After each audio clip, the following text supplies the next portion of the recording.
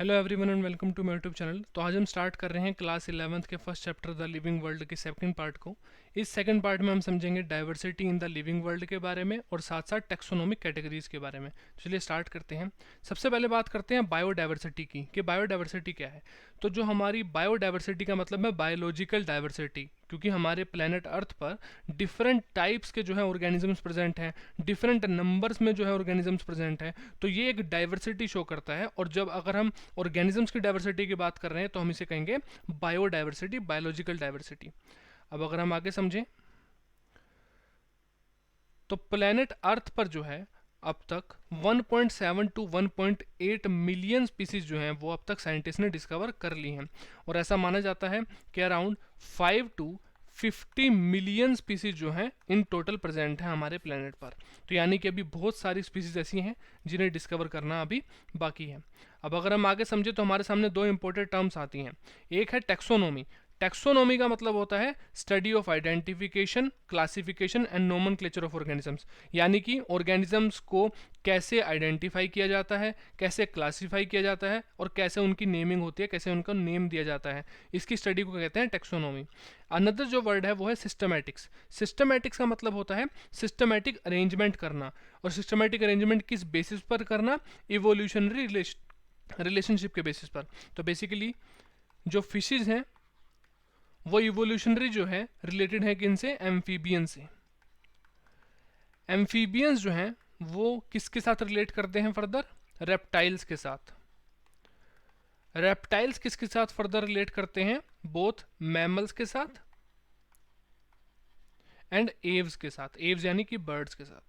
Okay तो यहां पर ये शो कर रहा है इवोल्यूशनरी रिलेशनशिप के बारे में। तो सिस्टमैटिक्स में हम स्टडी करते हैं इवोल्यूशनरी रिलेशनशिप के बारे में, और टेक्सोनोमी में हम स्टडी करते हैं कि हमें आइडेंटिफाई, क्लासीफाई एंड नोमेनक्लेचर कैसे देना है एक ऑर्गेनिज्म को। ओके अब अगर हम आगे समझते हैं तो जो सिस्टमा नेचुरी एक बुक है, ये काफ़ी इंपॉर्टेंट वर्ड है सिस्टमा नेचुरी। ये एक बुक थी जो कि कैरोलस लीनियस ने लिखी थी, और इस बुक में इन्होंने हमें बायनोमियल नोमेनक्लेचर के बारे में बताया था। तो अभी हम बायनोमियल नोमेनक्लेचर क्या होता है वो भी समझेंगे। देन यहाँ पर बात करते हैं कि बेसिक प्रोसेस क्या है टेक्सोनोमी की। सबसे पहले characterization, then identification, then classification and last में नोमेनक्लेचर। तो अब एक एक करके characterization, identification, classification and nomenclature को समझते हैं। So basic process of taxonomy में सबसे पहला स्टेप है कैरेक्टराइजेशन। कैरेक्टराइजेशन का मतलब क्या है कि किसी ऑर्गेनिज्म को हमने देखा या फिर किसी ऑर्गेनिज्म को हमने पकड़ा और बेसिकली अंडरस्टैंड करना उसके कैरेक्टर्स को, कि उसके सेल्स का स्ट्रक्चर कैसा है, उसकी डेवलपमेंटल प्रोसेस कैसी है, उसकी मैर्फोलॉजी कैसी है, उसकी एनाटमी कैसी है, उसका जो एनवायरनमेंट है वो किस तरीके का है, तो उसकी इकोलॉजिकल इन्फॉर्मेशन कैसी है। इन सभी चीज़ों को हम कैरेक्टर्स कहते हैं, और इन कैरेक्टर्स को जो हम स्टडी करते हैं तो उसे कहेंगे कैरेक्टराइजेशन। ओके अब अगर हम आगे समझते हैं तो जो सेकंड स्टेप था हमारी टेक्सोनोमी के प्रोसेस में वो था आइडेंटिफिकेशन। तो हमने जिस ऑर्गेनिज्म के कैरेक्टर्स को स्टडी करा है अब उसे आइडेंटिफाई करना है बेसिकली। अगर हम आइडेंटिफाई करेंगे तभी जाकर उसकी जो नेमिंग है वो पॉसिबल हो पाएगी। देन जो नेक्स्ट स्टेप है वो है क्लासिफिकेशन। अब अगर क्लासिफिकेशन की बात करें तो क्लासीफाई करना क्यों जरूरी है और क्लासिफिकेशन का मतलब क्या है? क्लासिफिकेशन का मतलब है कि उस पार्टिकुलर ऑर्गेनिज्म को ऐसे ग्रुप में ऐड करना जहां पर उसके सिमिलर ऑर्गेनिजम्स प्रेजेंट हैं, तो यानी कि उसको कन्वीनियंट कैटेगरी में उसकी ग्रुपिंग करना, उसे हम कहेंगे क्लासिफिकेशन। ओके तो क्लासिफिकेशन जो है वो थर्ड स्टेप है टेक्सोनोमी के प्रोसेस का। अब अगर हम लास्ट स्टेप की बात करें तो लास्ट स्टेप जो है वो है यहाँ पर नोमेनक्लेचर। तो नोमेनक्लेचर का मतलब क्या है? नोमेनक्लेचर का मतलब है कि फॉर एग्जांपल अगर हम यहाँ पर बात करें, सो मैंगो जो है उसे हम इंडिया में ही मैंगो बोलते हैं और कुछ अदर कंट्रीज में भी बोलते हैं, लेकिन ये जरूरी नहीं है कि पूरे वर्ल्ड में मैंगो को मैंगो ही कहा जाए। ओके तो इसलिए साइंटिस्ट ने डिसाइड करा कि हर ऑर्गेनिज्म को एक साइंटिफिक नेम दिया जाए, और ये साइंटिफिक नेम जो है वो पूरे वर्ल्ड में कॉमन नेम रहेगा, ताकि अगर किसी भी साइंटिस्ट को, किसी भी बायोलॉजिस्ट को किसी भी ऑर्गेनिज्म की बात करनी है और वो अगर उसके साइंटिफिक नेम को लेगा तभी जो है पूरे वर्ल्ड में जितने भी बायोलॉजिस्ट हैं वो समझ पाएंगे कि किस ऑर्गेनिज्म की बात हो रही है। अगर यहाँ पर हम सिर्फ लोकल नेम की बात करेंगे तो अदर साइंटिस्ट जो कि किसी अदर कंट्री से अदर स्टेट से है उसे नहीं पता लगेगा कि हम किस ऑर्गेनिज्म की बात कर रहे हैं। तो यहाँ पर समझाने के लिए कि कोई कन्फ्यूजन ना हो इसलिए डिसाइड किया गया कि एक साइंटिफिक नेम दिया जाए ऑर्गेनिजम्स को, और उसी साइंटिफिक नेम के बेसिस पर जो है ये ऑर्गेनिज्म पूरे वर्ल्ड में जाना जाएगा। तो ये था नोमेनक्लेचर। तो ये थी टेक्सोनोमी की प्रोसेस। यहाँ पर हमने समझा कि सबसे पहले कैरेक्टराइजेशन यानी कि कैरेक्टर्स को स्टडी करना, देन उसकी आइडेंटिफिकेशन करना, देन हमें क्या करना था कि हमें जो है उसको क्लासीफाई करना था, एक पार्टिकुलर ग्रुप्स के अंदर जो है उसे कन्वीनियंट कैटेगरीज के अंदर जो है उसी ग्रुपिंग करनी थी, एंड लास्ट में हमने उनको नेमिंग करी नोमेनक्लेचर के बारे में। अब बात करते हैं कैरोलस लीनियस की। तो कैरोलस लीनियस ने, जैसा कि मैंने बताया कि सिस्टमा नेचुरी जो बुक थी उसमें उन्होंने बायनोमियल नोमेनक्लेचर के बारे में बताया था। तो कैरोलस लीनियस जो है बहुत इंपॉर्टेंट नेम है बायोलॉजी की। अगर हम पुरानी बायोलॉजी की या फिर एंशिएंट बायोलॉजी की बात करें तो जो कैरोलस लीनियस है ये एक इंपॉर्टेंट नेम है। अब अगर हम आगे स्टडी करते हैं तो उस टाइम पर तो हमने कुछ भी नाम रख दिया। बेसिकली हमने जो साइंटिफिक नेम थे उनके लिए एक रूल भी होना चाहिए उन साइंटिफिक नेम्स को रखने के लिए। आज के टाइम पर, प्रेजेंट टाइम पर, दो डिफरेंट बॉडीज हैं जो कि डिसाइड करती हैं कि किसी ऑर्गेनिज्म का क्या साइंटिफिक नेम होगा। अगर हम बात करें बोटेनिकल नोमेनक्लेचर की यानी कि प्लांट्स के नोमेनक्लेचर की, तो प्लांट्स के नोमेनक्लेचर के लिए, प्लांट्स की नेमिंग के लिए जो बॉडी रिस्पॉन्सिबल है वो है ICBN। ICBN stand for international code for botanical nomenclature. और अगर एनिमल्स की बात करें तो एनिमल्स के नोमेनक्लेचर के लिए, एनिमल्स की नेमिंग के लिए जो बॉडी रिस्पॉन्सिबल है वो है ICGN। और ICGN का मतलब international code for zoological nomenclature. Okay, अब अगर हम बात करें बाइनोमियल नोमेनक्लेचर के रूल्स क्या हैं, यूनिवर्सल रूल्स क्या हैं जो हर साइंटिस्ट को, हर बायोलॉजिस्ट को जो है फॉलो करने हैं। तो जो डिफरेंट रूल्स हैं अब उन्हें स्टडी करते हैं। अगर हम यहाँ पर मैंगीफेरा इंडिका का एग्जाम्पल लें तो इस मैंगीफेरा इंडिका को सबसे पहले बाइनोमियल नोमेनक्लेचर के लिए जो सबसे पहला पॉइंट होगा बेसिकली वो ये होगा कि जो भी, जिस भी ऑर्गेनिज्म का हम नाम रख रहे हैं उसका नाम जो है, उसका साइंटिफिक नेम जो है वो लैटिन लैंग्वेज में होना चाहिए। और लैटिन लैंग्वेज में ही क्यों होना चाहिए? क्योंकि ये एक डेड लैंग्वेज है। डेड लैंग्वेज का मतलब यहाँ पर क्या है कि ये किसी भी स्टेट की, किसी भी कंट्री की ऑफिशियल लैंग्वेज नहीं है। इस लैंग्वेज को यूज नहीं किया जाता तो ताकि पार्शियलिटी ना हो डिफरेंट कंट्रीज के बीच में, डिफरेंट स्टेट्स के बीच में, कि हमारी लैंग्वेज को यूज नहीं किया गया, इसलिए लैटिन लैंग्वेज को लिया गया जो कि एक डेड लैंग्वेज है, जो भी किसी भी कंट्री की ऑफिशियल लैंग्वेज नहीं है।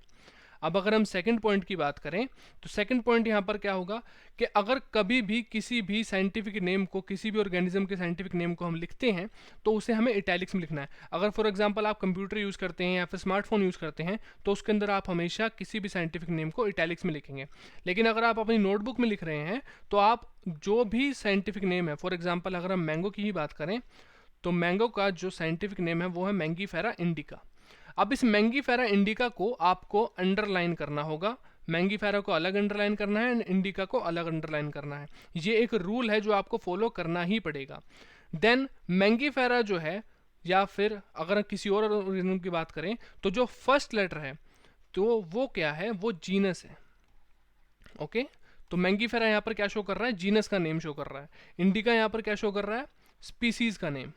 ओके, जीनस का नेम यानी कि जेनेरिक नेम क्या है उसका, स्पीसीज का मतलब स्पेसिफिक एपिथेट क्या है उसका। ओके, और जो लास्ट रूल है वो ये है कि जो फर्स्ट लेटर है या फिर जो फर्स्ट वर्ड है, जो यहाँ पर इसका कैपिटल, जो फर्स्ट लेटर होगा वो कैपिटल में होगा। तो फर्स्ट लेटर हमेशा कैपिटल में होगा और जो स्पीसीज का जो फर्स्ट लेटर है वो हमेशा स्मॉल में होगा। ओके, तो ये क्लियर है आपको कि जो लैटिन लैंग्वेज यूज होगी, जो दोनों जो साइंटिफिक नेम है उसमें जीनस और स्पीसीज को अंडरलाइन किया जाएगा। जीनस आगे होगा, स्पीसीज पीछे होगी। जो जीनस का जो फर्स्ट लेटर है वो हमेशा कैपिटल होगा, जो स्पीसीज का फर्स्ट लेटर है वो हमेशा स्मॉल होगा। ओके, और जो ऑथर का नाम है, अब फॉर एग्जांपल मैंगीफेरा इंडिका को डिस्कवर किया था कैरोलस लीनियस ने, तो यहाँ पर मैंगीफेरा इंडिका और लास्ट में लिखा जाएगा लिन। अब ये लिन यहाँ पर क्या शो कर रहा है? लिन यहाँ पर शो कर रहा है कि ये जो मैंगीफेरा इंडिका है इसे किसने डिस्कवर किया था? लीनियस ने डिस्कवर किया था। लिन लिखने के बाद ना तो उसे अंडरलाइन करने की जरूरत है ओके तो यहाँ पर इसे साइंटिफिक नेम की तरह अंडरलाइन करने की जरूरत नहीं है, यहाँ पर सिर्फ ये रिप्रेजेंट कर रहा है कि इसे किस साइंटिस्ट ने डिस्कवर किया था। ओके अब हम आगे समझते हैं टेक्सोनोमिक कैटेगरीज के बारे में। तो टेक्सोनोमिक कैटेगरीज क्या हैं? तो क्लासिफिकेशन के लिए जैसा कि मैंने बताया कि क्लासिफिकेशन का मतलब क्या है कि ऑर्गेनिजम्स की ग्रुपिंग करना और उन्हें उन ऑर्गेनिजम्स के साथ रखना जो कि उनसे सिमिलर कैरेक्टर शो करते हैं। ओके तो यहाँ पर हमें टेक्सोनोमिक कैटेगरीज जो डिफरेंट डिफरेंट देखने को मिलती हैं वो होती है सबसे पहले kingdom, then phylum, class, order, family, genus and species. Okay तो क्लासिफिकेशन में यहाँ पर हमें एक हायरार्की देखने को मिलती है, और जैसे ही हम स्पीसीज से किंगडम की तरफ मूव करते हैं तो यहाँ पर सिमिलैरिटीज जो है ऑर्गेनिज्म के बीच में वो इंक्रीज करती हैं, और हम किंगडम से अगर स्पीसीज की तरफ मूव करते हैं तो सिमिलैरिटीज जो हैं वो डिक्रीज करते हैं। सो यहाँ पर हम लिख भी सकते हैं कि as we move from kingdom to species similarities will decrease। Similarities जो हैं वो डिक्रीज होंगी, यानी कि ऑर्गेनिजम्स के जो जनरल करेक्टर्स हैं जो उनके बीच में सिमिलैरिटीज हैं वो डिक्रीज होती जाएंगी जैसे जैसे हम किंगडम से स्पीसीज की तरफ मूव करेंगे। तो जितनी भी ऑल कैटेगरीज टुगेदर कॉन्स्टिट्यूट अ टेक्सोनोमिक हायरार्की, तो यहाँ पर हमें एक हायरार्की देखने को मिल रही है। Then each category represents a unit of classification.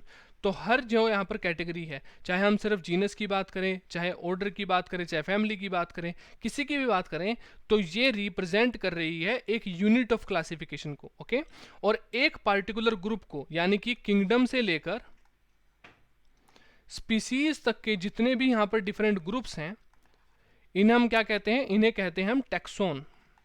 So taxon जो है वो एक पार्टिकुलर ग्रुप को जो है रिप्रेजेंट कर रहा है। टैक्सोन की जगह हम रैंक वर्ड भी यहाँ पर यूज कर सकते हैं।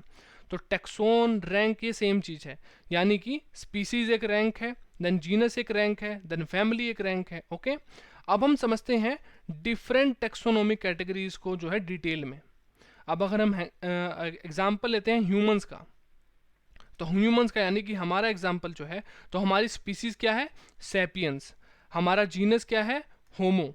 हमारी फैमिली क्या है? होमिनिडी। हमारा ऑर्डर क्या है? प्राइमेटा। हमारी क्लास क्या है? मैमेलिया। हमारा फाइलम क्या है? कॉर्डेटा। एंड हमारा किंगडम क्या है? एनिमेलिया। तो यहाँ पर ये समझ में आ रहा है कि किंगडम के अंदर जितने भी एनिमल्स हैं उन्हें एक साथ ग्रुप कर दिया गया है। फाइलम के अंदर जो कोर डाटा ग्रुप के मेंबर्स हैं, बेसिकली जो जिनके पास नोटोकोड प्रेजेंट होती है, उन्हें एक साथ ग्रुप कर दिया गया है। ऐसे ही क्लास के अंदर जितने भी मैमल्स हैं उन्हें एक साथ ग्रुप कर दिया गया है। तो जैसे जैसे हम डिक्रीज कर रहे हैं, यानी कि जैसे जैसे हम किंगडम से स्पीसीज की तरफ मूव कर रहे हैं, तो सिमिलैरिटीज जो हैं वो डिक्रीज होती जा रही हैं। किंगडम वाले ग्रुप के अंदर सारे एनिमल्स एक साथ थे एक ग्रुप में। जैसे ही हम फाइलम में पहुंचे तो सिर्फ वो एनिमल्स एक साथ रह गए जिनके पास नोटोकोड प्रेजेंट होती है। जैसे ही हम क्लास के पास पहुंचे तो वो एनिमल सिर्फ एक साथ रह गए जो कि मैमल्स हैं। ओके यहां पर अब क्लियर है कि जो एक ग्रुप है वो कैसे फॉर्मेशन की गई है उसकी। और जैसे जैसे हम सिर्फ स्पीसीज तक पहुंचेंगे तो हम सिर्फ एक पार्टिकुलर सिंगल ऑर्गेनिज्म तक पहुंच जाएंगे। अब बात करते हैं स्पीसीज की, जो डिफरेंट टैक्सोनॉमिक कैटेगरीज हैं। अब उन्हें स्टार्ट करते हैं। सबसे पहले बात करते हैं स्पीसीज की। ओके तो यहाँ पर स्पीसीज क्या है? स्पीसीज के अंदर, स्पीसीज वाला जो ग्रुप है, इसके अंदर हम बेसिकली क्या देखने को मिलता है? ये ग्रुप है कोरिलेटेड एनिमल्स का जो कि इंटरब्रीडिंग शो कर सकें। ओके जो कि इंटरब्रीडिंग शो कर सकें और फर्टाइल ऑफस्प्रिंग जो है उन्हें प्रोड्यूस कर सकें। तो स्पीसीज के अंदर जैसा कि यहाँ पर लिखा है, it is a group of closely related organisms capable of interbreeding to produce fertile offspring. अब यहाँ पर समझने वाली बात यह है, जैसे कि मेल हॉर्स और अगर हमने फीमेल डोंकी के बीच में ब्रीडिंग करवाई, तो यहाँ पर जो ऑर्गेनिज्म प्रोड्यूस होता है वो होता है म्यूल, जिसे हम खच्चर कहते हैं। और लेकिन जो म्यूल है, जो खच्चर है, ये स्टेराइल होता है। स्टेराइल होता है मतलब ये फर्दर रिप्रोडक्शन नहीं कर सकता। म्यूल जो है वो फर्दर रिप्रोडक्शन नहीं कर सकता। तो हम ये कह सकते हैं कि जो हॉर्स है और जो डोंकी है वो सिमिलर स्पीसीज को बिलोंग नहीं करते, क्योंकि इन्होंने एक इनफर्टाइल, एक स्टेराइल ऑर्गेनिज्म को जो है प्रोड्यूस करा। अगर यहीं पर मेल हॉर्स और फीमेल हॉर्स होते तो यहाँ पर जो हॉर्स प्रोड्यूस होता वो फर्टाइल होता। ओके तो ये क्लियरिटी है कि स्पीसीज में सिर्फ उन ऑर्गेनिजम्स को रखा जाता है जो कि आपस में इंटरब्रीडिंग कर सकें और एक फर्टाइल ऑफस्प्रिंग को प्रोड्यूस कर सकें। अब अगर हम आगे मूव करते हैं तो यहाँ पर दिया गया है जीनस। जीनस में जो है क्लोजली रिलेटेड स्पीसीज को रखा गया है। इस ग्रुप के अंदर क्लोजली जो स्पीसीज आपस में काफ़ी ज़्यादा कोरिलेट करती हैं, जिनके अंदर हमें माइनर डिफरेंसेस देखने को मिलते हैं, उन्हें जो है एक साथ एक जीनस में रखा जाता है। अब अगर हम एग्जाम्पल बात करें तो यहाँ पर जीनस सोलेनम दिया गया है। जीनस सोलेनम के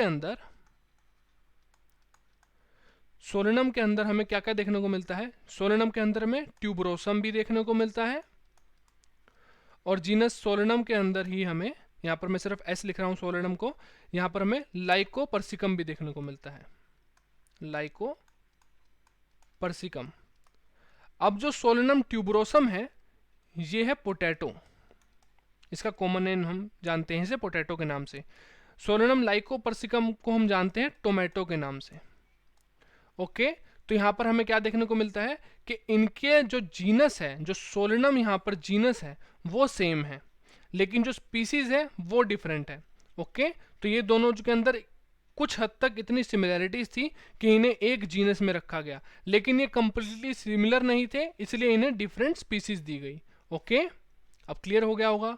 अब आगे बढ़ते हैं हम फैमिली की तरफ। अगर फैमिली की बात करें तो फैमिली वो ग्रुप होता है जिसके अंदर रिलेटेड मतलब ऐसे जीनसिस को रखा जाता है जिनके अंदर काफ़ी ज़्यादा सिमिलैरिटी होती है। फिर से हम अगर बात करें फैमिली सोलेनेसी की, तो सोलेनेसी जो फैमिली है इसके अंदर यदि हम देखते हैं, या फिर हम फैमिली फैलिडी की बात करते हैं, यहाँ पर फैमिली फैलिडी जो है इसके अंदर जीनस पैंथरा यानी कि जो लायंस का, जो टाइगर्स का तो जीनस है, और जीनस फैलिस जो कि कैट का जीनस है, इन दोनों जीनस के अंदर कुछ हद तक इतनी सिमिलैरिटीज थी कि इन दोनों जीनस को एक सेम फैमिली के अंदर रखा गया। तो जैसे जैसे हम समझ रहे हैं आप कि जैसे जैसे हम स्पीसीज से किंगडम की तरफ मूव कर रहे हैं, वैसे वैसे ऑर्गेनिजम्स के बीच में सिमिलैरिटीज जो हैं वो बढ़ती जाती हैं। ओके अब अगर हम बात करते हैं ऑर्डर की, तो सेम चीज, ऑर्डर के अंदर उन फैमिलीज को रखा गया जिनके अंदर काफी ज्यादा सिमिलैरिटीज थी। क्लास के अंदर उन ऑर्डर्स को रखा गया जिनके अंदर काफी ज्यादा सिमिलैरिटी थी। देन यहाँ पर फाइलम के अंदर, अच्छा एक चीज समझने की बात यहाँ पर यह है कि फाइलम जो है वर्ड हम यूज करते हैं एनिमल्स के लिए। एनिमल्स के जब ग्रुप होते हैं इस लेवल के, उनके लिए हम यूज करते हैं वर्ड फाइलम, और जो डिवीजन वर्ड है ये हम यूज करते हैं प्लांट्स के लिए।